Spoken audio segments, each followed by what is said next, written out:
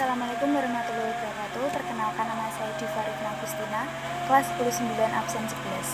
Saya akan menceritakan menggunakan pendekatan sinkronik yang bertemakan keuangan Indonesia pada tahun 1997 hingga 1998. Indonesia pernah mengalami krisis moneter sejak tahun 1997 hingga 1998 yang menjadikannya sebagai peristiwa penting dalam sejarah bangsa ini. Krisis ekonomi yang sangat parah ini dicirikan oleh kemerosotan berbagai sektor ekonomi, termasuk sistem perbankan yang dipicu oleh depresiasi nilai tukar rupiah terhadap dolar Amerika Serikat.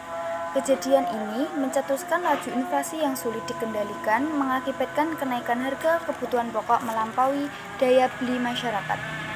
Keadaan ini berlangsung dalam kurun waktu cukup panjang, mencapai puncaknya pada tahun 1998 yang menyulut situasi politik yang panas.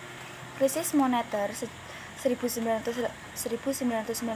dipicu oleh berbagai faktor, diantaranya sistem devisa bebas tanpa pengawasan yang memadai, aktivitas spekulatif dari dalam maupun luar negeri, gelembung harga aset yang diciptakan oleh arus masuk investasi yang besar ke beberapa negara Asia Tenggara pada awal 1990-an.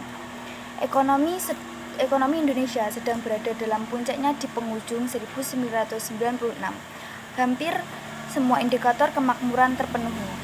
Pertumbuhan ekonomi mengesankan, inflasi terkendali, investasi mengalir deras, ekspor tumbuh pesat, kemiskinan berkurang, dan cadangan devisa terus meningkat.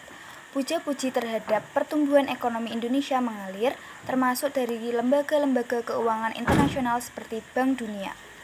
Memasuki 1997, ekonomi Indonesia masih terlihat baik-baik saja.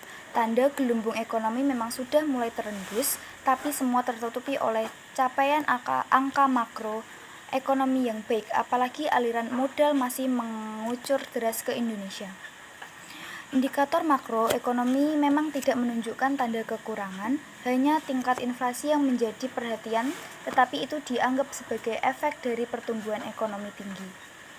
Di pasar modal, indeks harga saham gabungan justru terus berada dalam tren meningkat. Jika pada akhir 1995 di level 514, pada Juli 1997 berada di level 720. Tingkat kemiskinan juga turun tajam. Di awal pemerintahan Soeharto, tingkat kemiskinan mencapai 60%. 30 tahun kemudian, pada tahun 1996, tingkat kemiskinan sudah berhasil ditekan menjadi 11%. Dan Indonesia sedang bersiap menyambut zaman baru yang dinamakan era tinggal landas. Semua itu kemudian terguncang dalam waktu satu malam.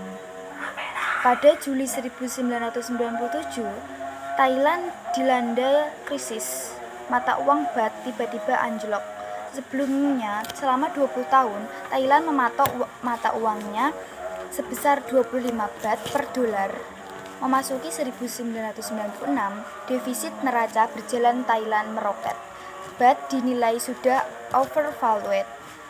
Pemerintah Thailand pun melakukan devaluasi baht pada 2 Juli 1997 dan langsung memicu aksi spekulasi besar-besaran.